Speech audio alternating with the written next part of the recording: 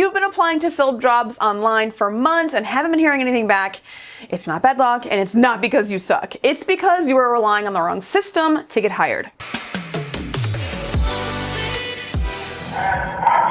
So the reality of the film industry is, when it comes to set PA jobs or any jobs in film, is that when jobs are available, they're quickly taken by the people that they know. So if I'm hiring, I already have someone in mind, or I'm going to hire through my network that I already have. Job postings, job boards, and the film job websites are kind of maybe a formality or a plan B in case those people that they know fall through somehow, or they get a different job, or they're not available. So a lot of the hiring is going to be happening through the people I already know, or referrals and recommendations. People are hiring the people that they trust first and foremost. It's not necessarily going to be who has a perfect resume and who is going to apply to that job the fastest. Let's talk about why applying online to these film job websites are failing you. First of all, there's so many websites, and I think I can think of maybe 5 to 10 off the top of my head. And if you want those film job websites, because people are like obsessing over applying online and what those websites are, feel free. Ask me in the comments. I'll give you a bunch in the comments. But there's so many to name. There's oversaturation, meaning there's so many websites, and then on top of that, there's so many people who are applying to every website. So they're not only just on one, they're on like 10. So what happens is that there may be a job that is going to be on 10 different websites, and then that person is going to apply to that job 10 different times. So the oversaturation is on the person that is applying, right? So there's so many candidates that are applying. There's thousands that are going to be applying to one post. And on the other end, if I'm speaking from the person that's hiring, I have to sift through hundreds, if not thousands, of applications and resumes when it comes to those film job websites. Now, like everything in film, everything has to be done yesterday, super quick. Sometimes I might be thrown into a position that starts next week. I need to hire someone quickly, and sometimes I just do not have the time to post online, so therefore there are less quality postings on those film job websites. Because when you think about it, if I have to go through 100, thousands, whatever resumes, I do not have the time for that. But then you think about making a short list. These are resumes I want to interview. And then you have to interview those candidates, and you're like, oh my goodness, all of that takes a lot of time that sometimes we just do not have the time to do. This turns into not having time to kind of discover new talent or new people. This is why referrals and people you know directly are the main way you want to try and get into film, because the online postings, it's far and few between. I can think about maybe in my career, maybe 5 or 6, maybe a handful of jobs I've gotten through a posting. And it wasn't even through that. It was kind of like I applied quickly to a posting, and then I happened to be in the same area, or we happened to be alumni of the same college. So if it wasn't for those types of different connections outside of just me being a random person applying to this job, I probably wouldn't have been hired on the handful of jobs I've gotten to. There was like something else connecting outside of just me applying and having a good resume. Your resume is not being rejected because it sucks and because you're not the right candidate. They just haven't really gotten to the pile of resumes that you're sitting in, unfortunately. You can have a stellar resume, but that's not going to matter if you don't get looked at. What your resume is actually for. So I do not want to discredit your resume. Yes, please work hard on your resume. Please, I have a workshop. If you want the workshop, please, it is like super cheap on my website, beyondfilmschool.com. There's a resume website. If you are just concerned, or you can check out all the live streams I've done on resumes. I will put that link there for you.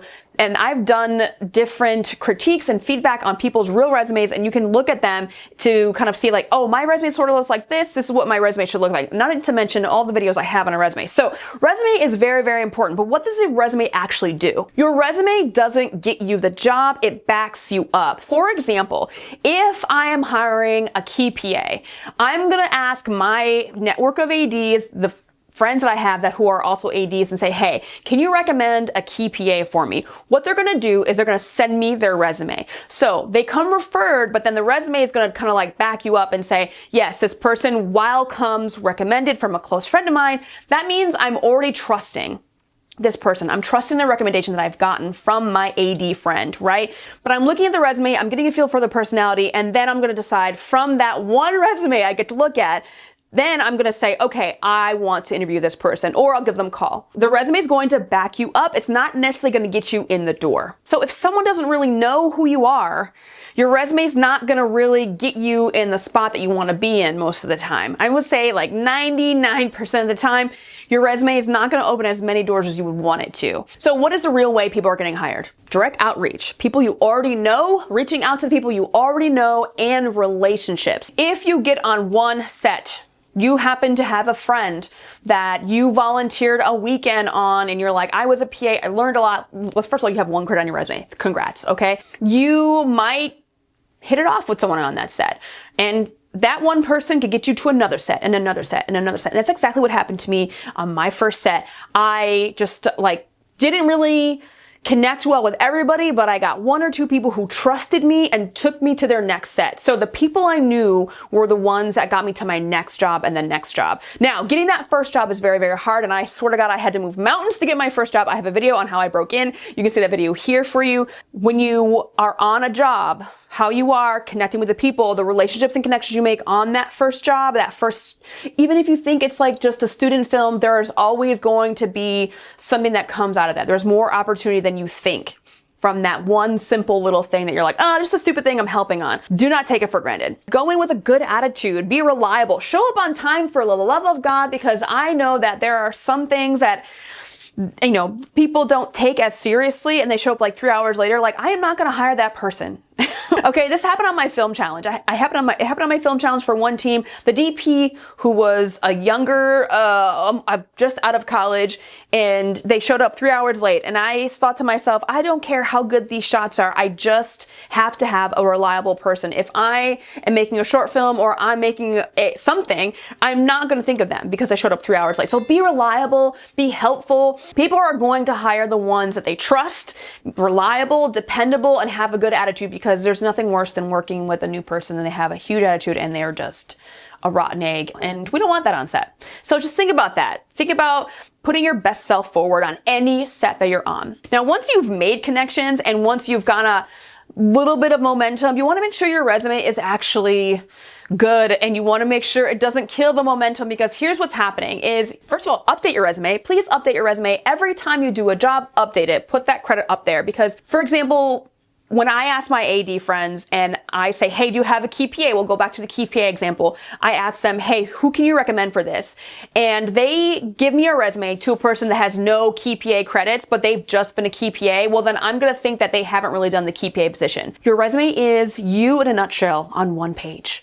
Make it great, make it look creative, use some color, and trust me, go to my videos and I have a ton of advice on the resume. So we're not going to talk anymore about resumes and what they should look like. Your resume should reinforce that, yes, this person is ready to hop on my job. This person is ready. This is perfect. This is a perfect candidate for what I'm looking for. So if you are wondering about your resume and you're like, I just need a quick review of my resume, I do those. The link will be below for you.